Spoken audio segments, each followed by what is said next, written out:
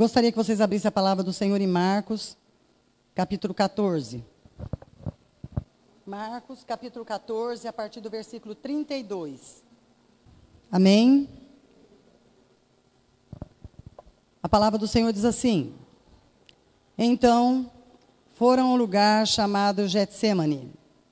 Ali chegados, disse Jesus aos seus discípulos: Assentai-vos aqui, enquanto eu vou orar.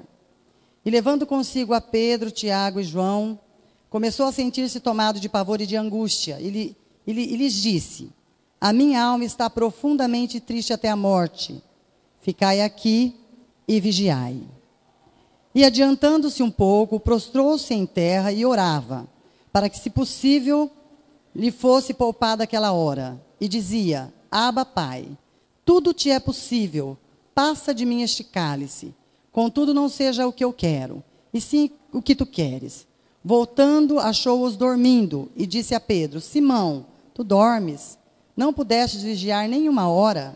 Vigiai e orai, para que não entreis em tentação. O espírito, na verdade, está pronto, mas a carne é fraca. Retirando-se de novo, orou, repetindo as mesmas palavras. Voltando, achou-os outras vezes dormindo, porque seus olhos estavam pesados, e não sabia o que lhes responder. E veio pela terceira vez e disse-lhes: Ainda dormis e repousais? Basta. Chegou a hora, o Filho do Homem está sendo entregue nas mãos dos pecadores. Levantai-vos, vamos. Eis que o traidor se aproxima. Amém?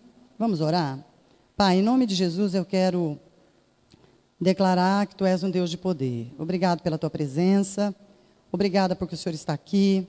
Obrigada porque Tua palavra é viva e eficaz.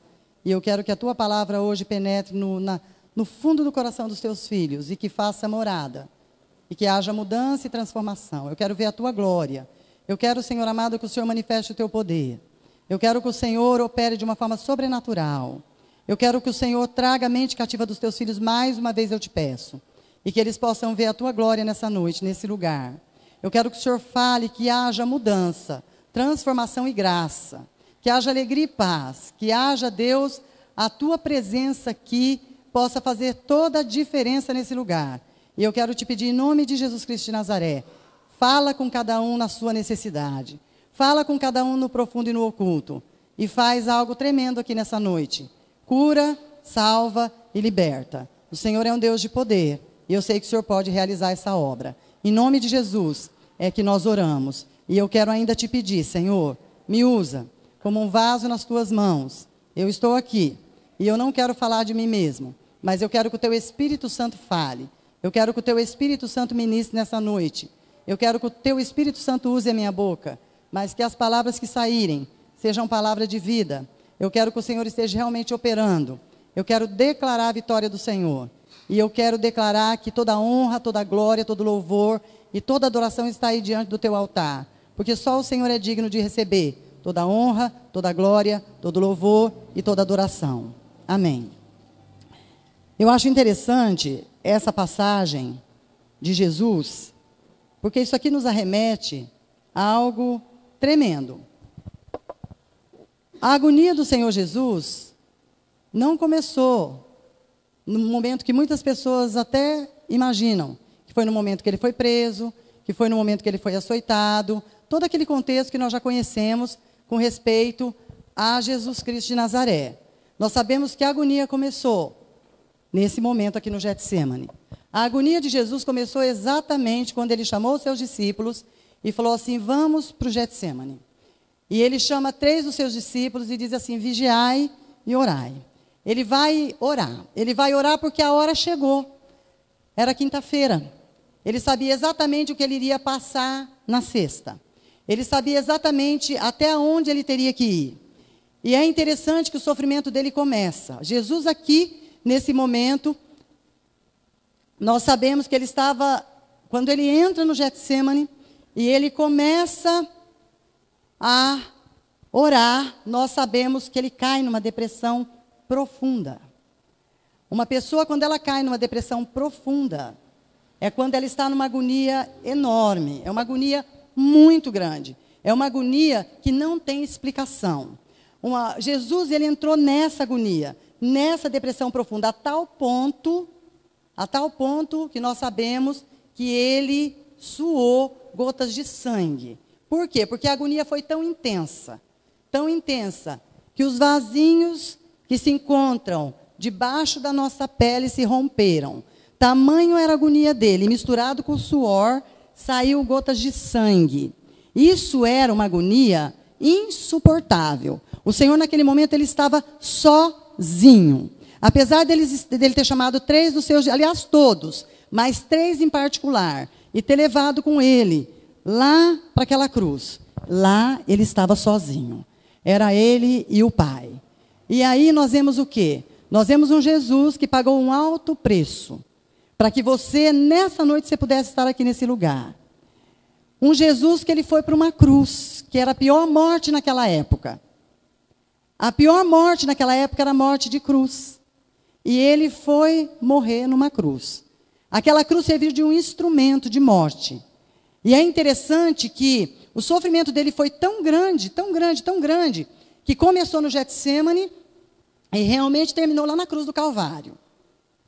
Mas nós sabemos que, durante todo o trajeto, qualquer homem naquela época, como os 2 que foram também crucificados com ele, os 2 ladrões, nós sabemos que eles conseguiram carregar a sua cruz até o Gólgota.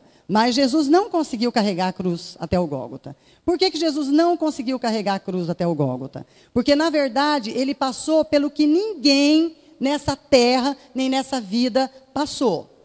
Ele foi preso, ele foi açoitado, e não de uma forma natural. Ele foi açoitado com açoite em que várias pontas estavam com um metalzinho redondinho na sua ponta, e aquelas lambadas, quando eram direcionadas para ele, batiam na pele dele e cortava a sua pele. E conforme a primeira batida desse açoite, cortava. A segunda batida, arrancava alguns pedaços de tecido. Eu quero dizer para você que esse Jesus, que morreu lá por causa de você, é esse Jesus que foi até lá. Ele foi para que você tivesse vida, para que você pudesse realmente viver. Foi para isso que ele foi lá. E eu acho interessante que ele não conseguiu carregar a cruz até lá, porque ele foi muito açoitado, como se não bastasse, era pouco. Depois de muito açoite, muito sangue, eles desamarram ele, ele cai, e eles colocam um manto nas suas costas. E aquele manto grudado naquela pele toda ferida, trouxe ainda muito mais dor a ele. Quando aquele manto foi colocado nele, grudou na pele dele, e aí eles começaram a zombar dele. Tu não és o rei dos judeus? Então o rei precisa de uma coroa. Aí eles trazem uma coroa, eles fazem uma coroa de espinhos longos, e eles colocam na cabeça de Jesus. Eles pegam um caniço, que eles haviam colocado na mão de Jesus como se fosse um cetro de rei, e bate na sua cabeça. E quando ele bate na sua cabeça, aqueles espinhos entram na sua cabeça, no seu cérebro. O nosso cérebro, ele tem uma pele que envolve. Quando esses espinhos entraram, o sangue jorrou. Por quê? Porque essa parte do nosso crânio, onde tem essa pele que envolve, quando acontece alguma coisa, ela sangra muito. Existe um sangramento muito grande. E Jesus foi coroado. E durante todo o tempo, ele foi perdendo as forças, porque era muito sangue. Ele foi perdendo as forças. Aí, quando tudo terminou, eles arrancaram o manto, e com isso, mais dor eles provocaram em Jesus, porque aquilo estava grudado na sua pele, era como se fosse uma atadura. Você já tentou arrancar uma atadura assim? Então tenta, um dia. Quando você tiver uma pele bem ferida, colocarem uma atadura, tenta arrancar rapidamente, que você vai ver o que acontece quando você faz isso. E eles arrancaram aquele manto de Jesus. E aí sim, ele estava pronto agora para ir para onde? Para onde ele ia? Para o Gólgota, né? Ele ia lá para ser crucificado. E ele foi, mas ele não conseguiu levar a sua cruz até o fim, porque ele já estava muito debilitado. Então ele cai, mas um tal de Simão Cirineu termina de levar a cruz para ele. Agora, por que eu estou falando tudo isso para vocês? Para que vocês entendam um pouco do que Jesus passou por você.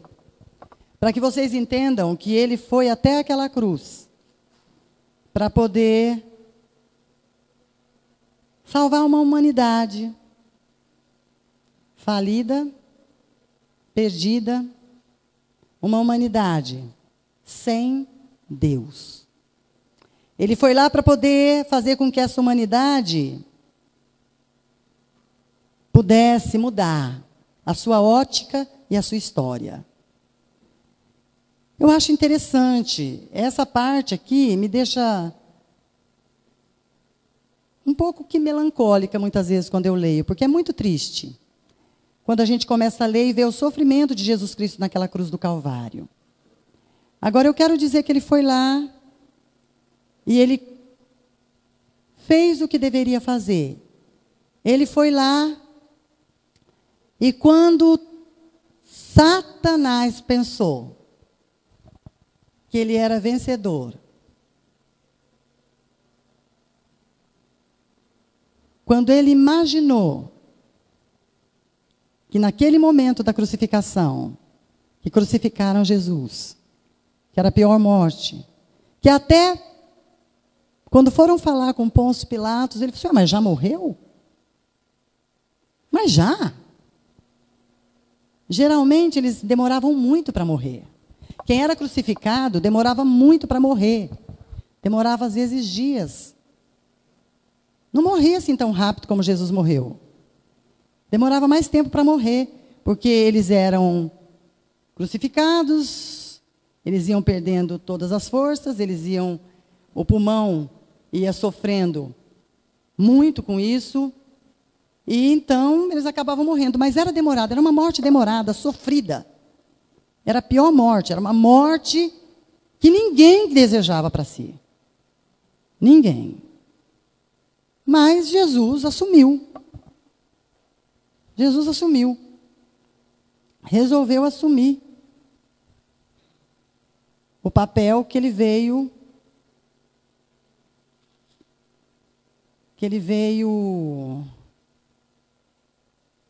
fazer, né? Ele veio para isso. Ele veio com esse fim. Mas a cruz não significou só morte.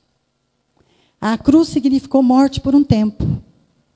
A cruz significou morte só até ele dizer assim, ó, Pai, está consumado. E ele rende o espírito. Quando ele rendeu o espírito, naquele momento a cruz não significava mais morte. A cruz significou vida. Naquele momento, o que era morte até aquele momento, passou a ser vida. O que era morte até aquele momento, destruição, passou a ser algo maravilhoso. Porque a humanidade ainda está aqui nessa terra por conta dessa vida que brotou naquela cruz do Calvário. Foi lá que brotou vida.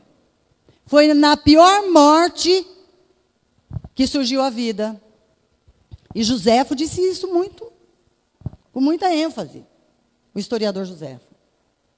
Ele falou que ele nunca viu tamanha dor. Mas que no meio da dor surgiu vida.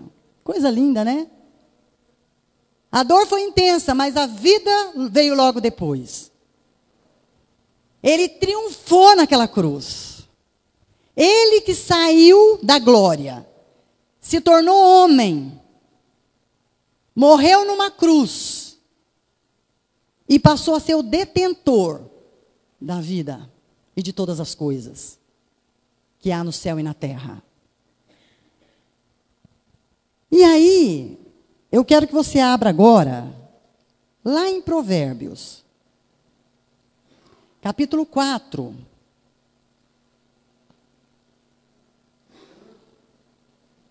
Provérbios, capítulo 4.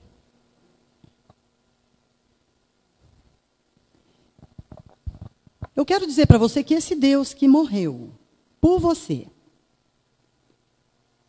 que morreu para te dar vida e vida em abundância, que morreu para que você pudesse ter a possibilidade de ser bênção nessa terra e nessa vida, esse Deus, ele diz assim para você. Capítulo 4, versículo 4 diz assim: Então, ele me ensinava e me dizia: retenha o teu coração as minhas palavras, guarda os meus mandamentos e vive. No 17, ele diz assim, porque comem o pão da impiedade e bebem o vinho da violência, mas a vereda do justo é como a luz da aurora, que vai brilhando mais e mais, até ser dia perfeito. Filho meu, atenta para as minhas palavras, aos meus ensinamentos inclina os ouvidos, não os deixes apartar-te dos teus olhos, guarda-os nos mais íntimos do teu coração, porque são vida para quem os acha e saúde para o seu corpo. Sobre tudo o que se deve guardar, guarda o coração, porque deles procedem as fontes da vida. Desvia de ti a falsidade da boca, afasta de ti a perversidade dos lábios. Os teus olhos olhem direito, e as tuas pálpebras diretamente diante de ti. Pondera a vereda de teus pés, e todos os teus caminhos sejam retos. Não te inclines nem para a direita nem para a esquerda. Retira o teu pé do mal. Amém? O Senhor Jesus, ele passou por toda aquela situação, por todo aquele sofrimento, para que você pudesse guardar o teu coração, para que você pudesse entregar, em primeiro lugar, o teu coração a Ele. Entregar o teu coração a Ele. Será que você já entregou o teu coração de fato a Jesus? Será que valeu a pena Ele ter ido até aquela cruz do Calvário, morrer e ressuscitar ao terceiro dia? Será que valeu a pena todo o sofrimento e toda a glória e toda a alegria que houve depois da ressurreição? Será que é fato na tua vida isso? Você tem guardado o teu coração? Porque Deus, Ele entregou o que Ele tinha de mais precioso por você, que era Jesus. O próprio Deus morreu naquela cruz do Calvário por você. Agora, você tem guardado o teu coração? Você tem guardado o coração que Ele deu a você? Você tem guardado, de fato e de verdade, esse coração?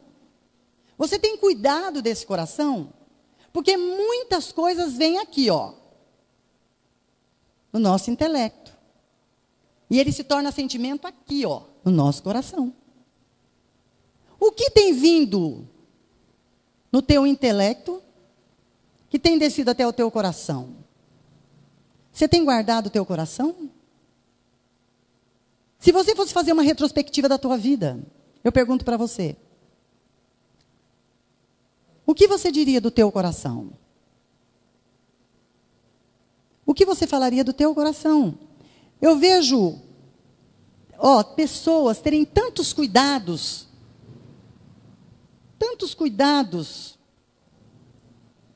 em guardar joias, objetos. Eu vejo pessoas terem tanto cuidado em guardar documentos. Guarda, sim. Em manter o carro muito limpo. Eu vejo pessoas assim. Pessoas que agem assim. Sabe? E tantas outras coisas, se a gente fosse citar aqui. Guardam tantas coisas. Guarda muitas coisas. Existiria um monte de exemplos se eu fosse dar. Tem muitos corações aqui que precisa fazer uma limpeza. Sabe o carro que você limpa tão bem, a casa? Sabe aquilo que você guarda, tantos objetos, tantas coisas que você acha tão importante? Mas o Senhor diz assim, ó, guarda o teu coração. O que é mais precioso na vida do homem é o coração. E o Senhor manda guardar o coração, e nós não guardamos o coração. Nós permitimos que o nosso coração se encha de egoísmo. Nós permitimos que o nosso coração se encha de soberba. Nós permitimos que o nosso coração se encha de mágoa. Nós permitimos que o nosso coração se encha de rancor, de ressentimento, de falta de perdão. Nós permitimos que o nosso coração se encha de tantas coisas que não procedem do Senhor. Nós permitimos que o nosso coração se encha de ódio, de ira. Nós permitimos tudo isso. E o Senhor diz assim, filho meu, guarda o teu coração. Porque dele procede as saídas da vida. E aí eu pergunto para você, como é que está o teu coração? Como é que está o teu coração? Fala para mim. Como é que está o teu coração? Porque come o pão da impiedade, bebe o vinho da violência, mas a vereda do justo é como a luz da aurora, que vai brilhando mais e mais até ser dia perfeito. Se você quer ser justo, se você quer realmente, você vai ter que buscar e guardar o teu coração. Se você quer que a sua luz brilhe, a luz que há em ti brilhe de verdade, que é a luz de Jesus, você vai ter que guardar o teu coração. Se você quer, de verdade, que o Senhor te dê vitória em todas as áreas da sua vida, você vai ter que guardar o teu coração. Chega de mentira. Chega. Chega de enganar a si mesmo. Chega de enganar a si mesmo. Você precisa olhar para você. E você precisa ver que você não tem guardado o teu coração. O teu coração, ele precisa ser guardado. Ele precisa ser limpo. Ele precisa ser santificado. Não permita que Satanás vença essa batalha, porque é uma batalha. E Satanás, ele quer vencer essa batalha. Ele já perdeu e já foi vencido lá na cruz do Calvário. Mas eu quero dizer que tem pessoas que ele ainda está vencendo. Tem pessoas que não têm guardado o seu coração, que estão sendo vencidas por ele. Jesus, ele fez o sacrifício uma vez por todas. Mas cabe a vocês guardar o coração. Cabe a vocês mudar a história. Jesus, ele veio e ele mudou a história de uma humanidade inteira. E ele espera de você que você mude só a sua história. Olha que coisa linda.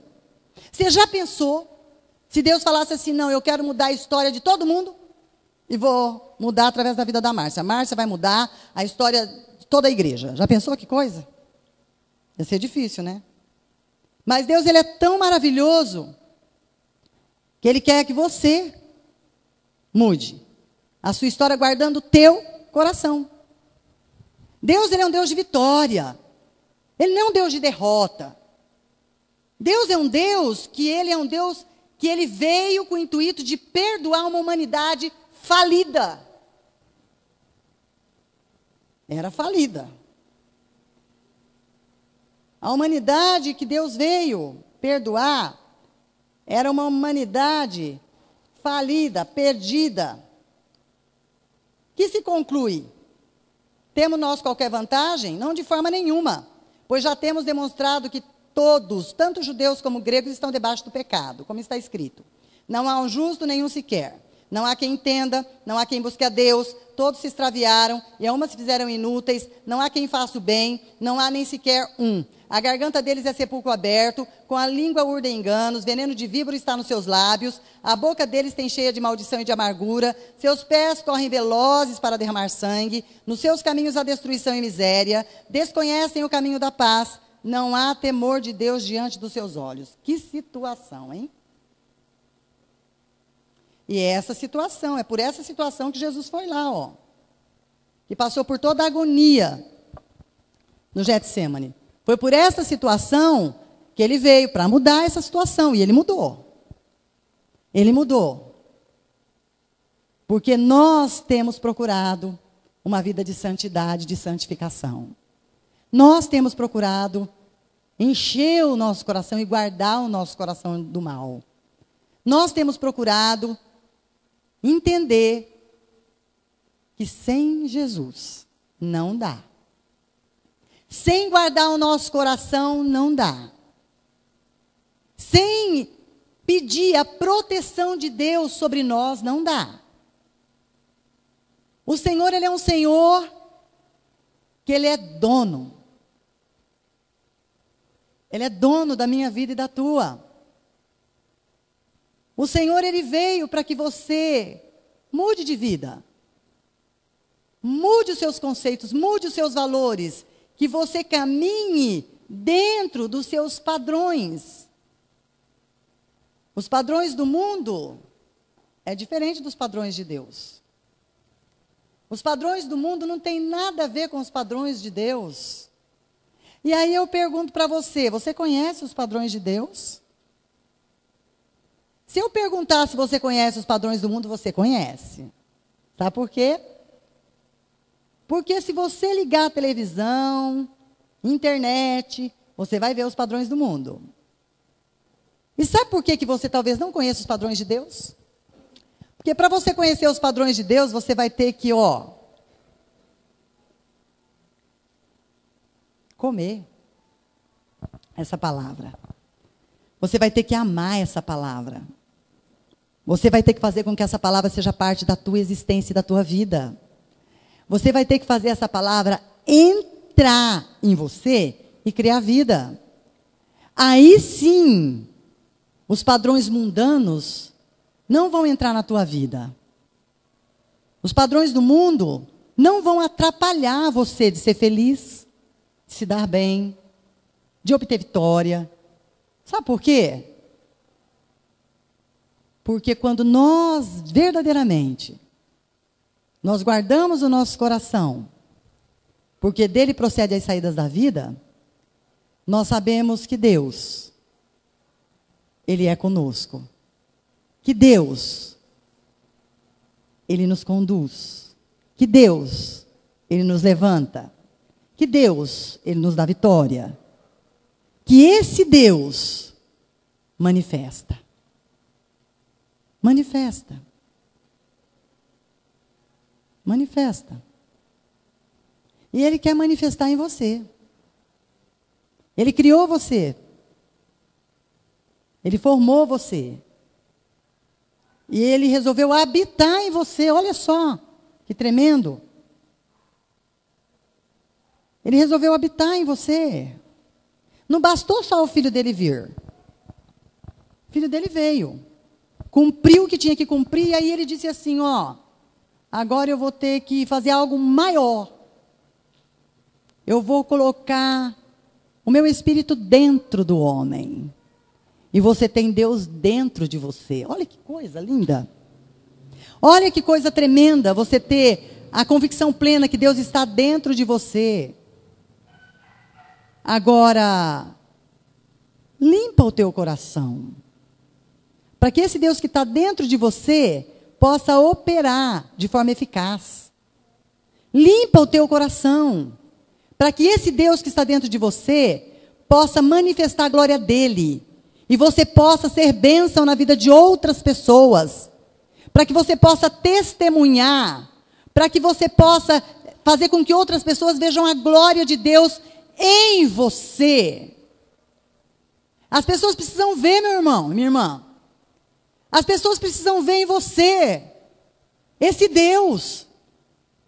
As pessoas precisam ver que você é uma pessoa separada, você é uma pessoa diferente. As pessoas precisam ver em você uma pessoa que ama. Porque Jesus, ele foi até aquela cruz por amor. Ele amou você até a morte. Ele amou você até a morte.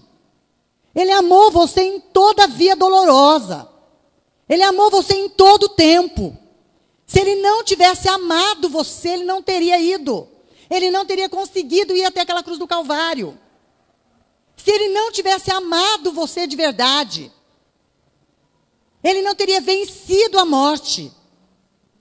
Se ele não tivesse amado você de verdade, ele não teria te dado a possibilidade de mudar de vida. De mudar. Quando nós falamos de Deus, nós falamos de mudança. Quando nós falamos de Deus, nós falamos de vitória. Quando nós falamos de Deus, nós falamos de amor. Amor. Quando nós falamos de Deus, nós não falamos de acepção de pessoas. Porque em Deus não existe acepção de pessoas. Ninguém é melhor que ninguém. E nem você é melhor que alguém. Não. Deus, quando Ele olha para as pessoas, Ele nivela todo mundo. Ele nivela todo mundo de uma forma só. Como é bom nós temos essa convicção que nós temos que amar, que nós temos que viver uma vida plena, que nós temos que realmente fazer a vontade de Deus e obedecer, que nós não podemos continuar da mesma forma, que nós temos que arrancar os espinhos, nós temos que arrancar os carrapichos, nós temos que arrancar tudo aquilo que nos impede de ver a glória de Deus e de ver a vitória chegando. Sabe por que você está buscando algo há tanto tempo e talvez ainda não recebeu? Porque você ainda precisa fazer uma limpeza nesse coração. Enquanto você não fizer uma limpeza nesse coração, você talvez espere um pouco mais a sua vitória. Nós temos que limpar. Nós temos que limpar. Limpar o nosso coração. Nós temos que fazer isso. Filho meu, atenta para as minhas palavras, e aos meus ensinos inclina os ouvidos. Não os deixes apartar-te dos teus olhos, guarda-o nos mais íntimos do teu coração. É para guardar. Guarda. E tão poucas pessoas têm guardado. Sabe por quê? Porque não tem buscado o suficiente. E o inimigo fica tão feliz com isso, sabe por quê? Porque nós passamos o dia inteiro, muitas vezes. E nós não temos tempo de ler a Bíblia. Não é verdade? Nós passamos o dia inteiro trabalhando em casa, trabalhando fora, trabalhando na rua, sei lá onde. E é uma correria, corre para cá e corre para lá. E às vezes pensa, não, eu tenho que orar, eu tenho que ler a Bíblia, mas eu tenho que fazer outra coisa. E aí você corre, vai fazer outra coisa, e faz isso, e faz aquilo outro. E você passa dias que você nem pega a Bíblia. Sabe quando você pega a Bíblia? Quando você lembra que você vem para o culto 7h30 da noite na igreja. Aí você fala assim, vou pegar minha Bíblia, vou tirar o pó e vou para a igreja. A maioria faz isso. E o Senhor disse assim, que o povo perece por falta de conhecimento. Conhecimento bíblico. Viu? Tem muita gente procurando muito conhecimento aí fora. Filosófico, né? Científico. Tanto conhecimento as pessoas procuram lá fora. Só que esquece que o maior conhecimento que você tem que ter, não que você não deva buscar conhecimentos fora, tá, gente? Não confunda. Eu acho que a gente tem que procurar, assim, a gente tem que conhecer muitas coisas, saber muitas coisas. Isso é bom para nós. Mas o maior conhecimento que nós temos que ter é o conhecimento da palavra. É o conhecimento do mestre. É o conhecimento que ele deixou. Porque é esse conhecimento que vai mudar a tua vida. Você está pensando que qualquer outro conhecimento secular vai mudar você, pode esquecer. Não vai, não. O único conhecimento que vai mudar você vai ser o conhecimento da palavra. E o inimigo tem ganhado terreno, sim, na vida dos cristãos. Porque não lê a palavra. Porque não busca o Senhor. Está muito preocupado com muitas coisas. E deixa de buscar Deus. E nós temos que entender que Deus é um Deus que Ele quer ser buscado. Que Ele quer ter intimidade conosco. Ele quer ter intimidade conosco. E Ele continua dizendo aqui, ó. Não te deixes apartar dos teus olhos, guarda nos mais íntimos do teu coração. Porque são vida para quem os acha e saúde para o seu corpo. Olha que interessante. Ele diz que é vida e saúde para o corpo. A palavra cura. Vocês sabiam disso? Que a palavra, ela cura? Conhecereis a verdade vos libertará. Então as pessoas às vezes pensam assim, ó, que a palavra, ela liberta. E é verdade, ela liberta mesmo. Só que aqui ele diz assim, que além de libertar, cura. A palavra, ela traz cura. Ela traz cura para o seu corpo. É saúde para o seu corpo. Sobre tudo que se deve guardar, guarda o teu coração, porque deles procede as fontes da vida. Aí ele dá uma lista para você se desviar. E aí você olha aí para o teu coração e vê se existe alguma dessas coisinhas aqui assim, ó. Desvia de ti a falsidade da boca e afasta de ti a perversidade dos lábios. Os teus olhos olhem direito e as tuas pálpebras diretamente diante de ti. Para onde você está olhando, hein? Você está olhando meio torto? Porque ele manda olhar direito. Né? Será que os teus olhos têm se desviado para tantas outras coisas? Porque ele diz aqui, ó, que os teus olhos olhem direito e as tuas pálpebras diretamente diante de ti, para o alvo. E o nosso alvo é Cristo. Então os nossos olhos têm que estar no alvo. Por isso que nós temos que olhar para onde? Diante de nós. Para o nosso alvo. Pondera a vereda dos teus pés. Para onde os teus pés têm te levado, hein? E todos os teus caminhos sejam retos. Cuidado. Muito cuidado para onde os teus pezinhos têm te levado. Cuidado. Que todos os teus caminhos sejam retos. É retidão, gente. É andar em retidão. É andar em retidão. Não te inclines nem para a direita, nem para a esquerda. Retira o teu pé do mal. Então, essa palavra é para você. Está na hora de você retirar o teu pé do mal. Não deixar que nada entre no teu coração. Nada nocivo, pobre, miserável, nada. Nada disso deve entrar no teu coração. Nada. Que você nessa noite realmente possa refletir. Que você possa deixar Deus fazer. Que você possa deixar Deus entrar no teu coração hoje e fazer uma limpeza. Que você possa deixar Deus entrar no teu coração hoje e tomar o lugar que é dele, de verdade, porque ele ganhou esse lugar. Ele ganhou esse lugar no teu coração quando ele esteve lá naquela cruz e morreu e ressuscitou por você. Esse lugar ele ganhou lá. Foi lá que ele ganhou. Foi lá. Lá ele ganhou. Foi lá. E eu quero deixar só um último versículo para você, para a gente encerrar. Que diz assim: continue o injusto fazendo injustiça, e eu digo para você, não continua não, viu? Não continua. Continue o imundo ainda sendo imundo, sai dessa. Não aceite isso na sua vida em nome de Jesus. O justo continue na prática da justiça. É isso aí. É isso aí que você tem que fazer. Continua na prática da justiça. Vai praticando, meu irmão. Você vai para o céu. E ele diz assim: o santo continue a santificar-se. Continua se santificando. Continua buscando Deus. Continua. Não pare. O Senhor, Ele quer você por inteiro. Alma, corpo e espírito. Ele quer você de forma total.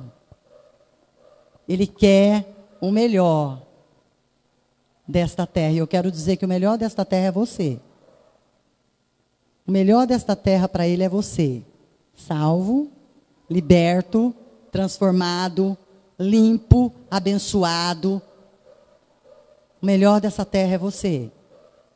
Que faz a vontade dEle, que luta contra o desejo da carne, que luta contra a concupiscência dos olhos, que luta contra o falar maldoso, que luta contra a fofoca, que luta contra a mentira, que luta. Essa luta só vai parar na glória.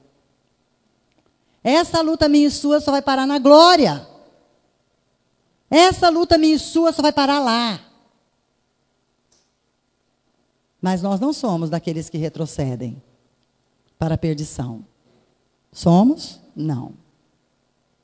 Nós somos aquele que prosseguimos. Por isso que você está aqui, eu também. Graças a Deus por isso. Amém? Vamos nos colocar de pé e vamos orar.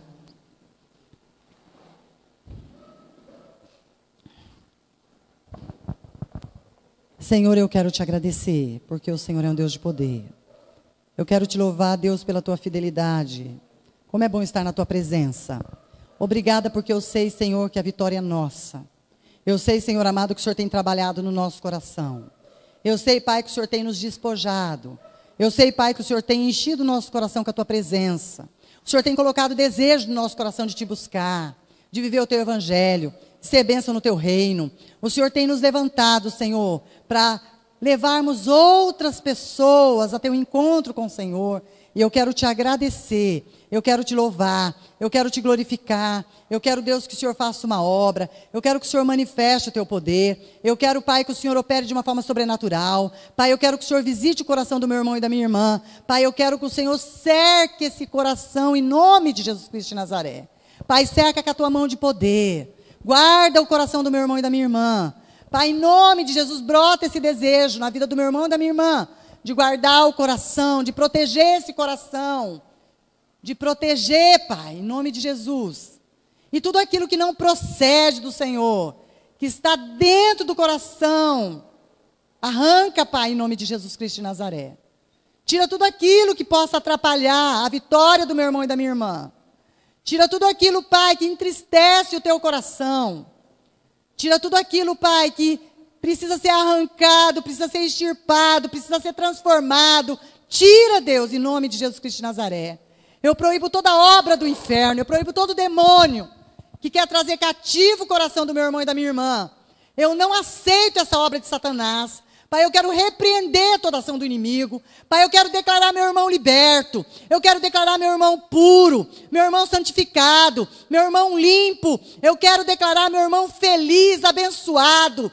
Eu quero declarar ele um homem e uma mulher de Deus. Eu quero declarar ele dando um testemunho vivo do Senhor. Eu quero profetizar, Pai, que Tu és um Deus de poder, para fazer esse milagre, para operar essas maravilhas. Pai, eu te louvo pela Tua fidelidade. Eu te louvo pelo que o Senhor tem feito, todo o engano do diabo, tudo aquilo que o inimigo tem feito para cegar o meu irmão e minha irmã, queime em nome de Jesus Cristo de Nazaré. Pai, que eles possam ver a Tua glória, Deus. Que eles possam receber do Senhor a vitória. Que eles possam ser dirigidos pelo Teu Espírito. Que eles possam, Senhor amado, caminhar em novidade de vida. Que eles possam sentir fome e sede do Senhor. Que aquilo que se iniciou lá no Getsêmani, Senhor amado, continue sendo perpetuado na nossa vida a cada dia. Que nós possamos ver, estar com o Senhor nessa caminhada toda. Que nós possamos ir até aquela cruz. que nós possamos morrer com o Senhor lá, e que nós possamos ressuscitar com o Senhor ao terceiro dia, que nós possamos ser novas criaturas, filhos de fato e de verdade, porque o Senhor é o nosso Deus e o nosso Pai. Obrigada, Jesus. Obrigada, Jesus. Obrigada, Santo de Israel. Obrigada pela tua presença. Obrigado pelo teu milagre. Pelo milagre da vida, da restauração, da renovação. Obrigada, Jesus. Porque nós sabemos que o padrão do mundo não é o nosso padrão. O nosso padrão é Cristo. É o Senhor. O Senhor é o nosso Salvador. Muito obrigada, Pai. E toda a honra, toda a glória, todo louvor, toda adoração está aí, ó Deus. Só o Senhor é merecedor. Ninguém mais é merecedor, só o Senhor. E nós te exaltamos na beleza da tua santidade. Em nome de Jesus, guarda o meu irmão e dê vitória a ele. Que eles tenham uma semana de vitória. Que eles tenham uma semana de graça. Que eles tenham uma semana dirigida pelo teu Espírito. Que eles tenham uma semana de fome e sede do Senhor. Que eles tenham uma semana em que o Senhor reina na vida deles. Muito obrigada, Pai. Cuida deles e de tudo aquilo que eles vão ter que realizar durante essa semana. Em nome de Jesus. Eu ainda quero te pedir pela vida do pastor Luiz André, da pastora Mércia. Quero te pedir pela vida do Cristiano e da Andréia. Quero que o Senhor abençoe eles lá. Quero que o Senhor guarde a vida deles. Quero que o Senhor proteja eles, meu Pai, em nome de Jesus. Quero que da mesma forma que o Senhor os levou, o Senhor os traga de volta. Bem, abençoados, cheios do teu Espírito, do teu fogo e da tua glória. Senhor, faz o teu milagre. Cuida dos teus filhos durante essa semana lá. E opera maravilhas. Em nome de Jesus. É que oramos e te agradecemos. Amém.